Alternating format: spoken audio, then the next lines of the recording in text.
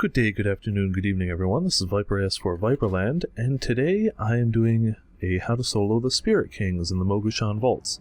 This is post 2.3 patch, so yeah, the item level's gone up quite a bit. Still highly recommended for this fight that you take in Insignia of the Alliance, Insignia of the Horde, and Insignia of the Scourge. However, you're going to get out of traps, stuns, doesn't really matter at this rate. I'll swap that one. It's a very good idea for this fight to have that swapped out. Gonna bring this down. Not quite as necessary anymore now that the item level is so high, and the rest of the fight is not that bad, so let's just go right into it. I am still in full blood spec, but in full frost gear at a 691 without the trinket at least. So it's the usual stuff, you kind of just stand out of the ick, keep your own defenses up. Honestly, this place has gotten much easier since the item level boost. But keep yourself kind of paying attention for this right here, the flanking orders. You'll see a group of guys coming across, and they'll move from one end of the area to another. Just don't be in their way. Pretty simple. Nothing too fancy there. And just kind of, you know, wail on this guy. He is not the hard one. And he's going to go down fairly easily if I remember to get out of all his stuff.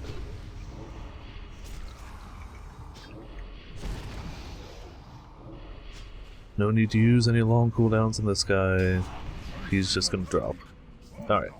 So he continues to cast flanking orders, and now we got this guy. And I believe this is the guy that we don't like. And you'll see why when he does his special attack. There you go. So he'll drop an arrow on you. Oh. I guess that his own volley can kill that? Also, do not stay inside that pillage circle. If you are inside that circle when it finishes, he will steal a large portion of your gear. You will have lowered defenses, lowered offenses. Just bad. But that arrow, he can do it several times depending on how long the fight takes, and if you have no way to damage it, it'll just be pinned there indefinitely. You can get out of it with your insignia, you can get out of it with a paladin bubble, I'm sure a few other things can get out of it too. Usually, if you've got your insignia and you've got enough damage going on, which I can clearly do even in blood spec, you're going to be able to do it. So it's not too bad, but it is very handy to keep that on your person.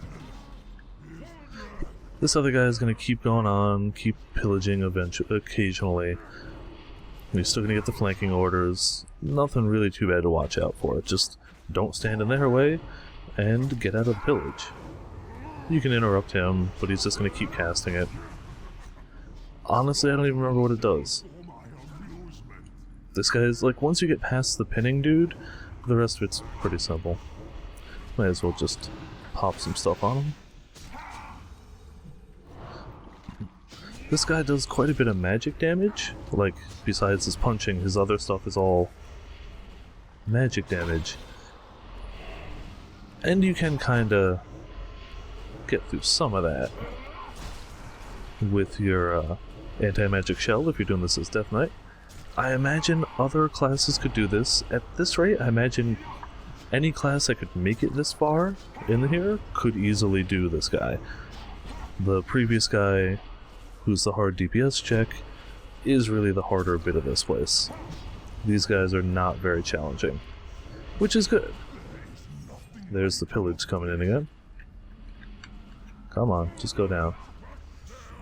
And now we got one last one. Oh, never mind. This is the guy who does a lot of magic damage, not the previous guy. So if you've got your anti-magic shell, that helps out. Not required by any means, just a little extra mitigation, I suppose.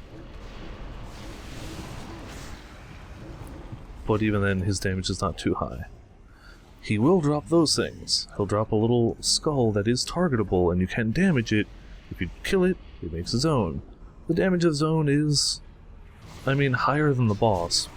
It's not going to instantly kill you to be in there, but why not step out of it? Like, it's no harm to do it. So I guess don't stand in the exact same spot the whole fight, but otherwise these guys are not really given any problems at all, honestly. Finish this guy off and it should drop some loot.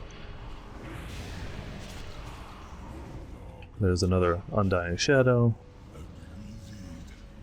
And there we go. Down they go. Get a little bit of loot. A very little bit of loot.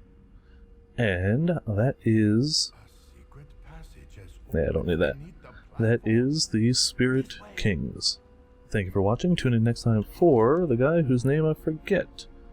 It's the guy that drops the mount. So tune in next time to find out how to get the mount from here.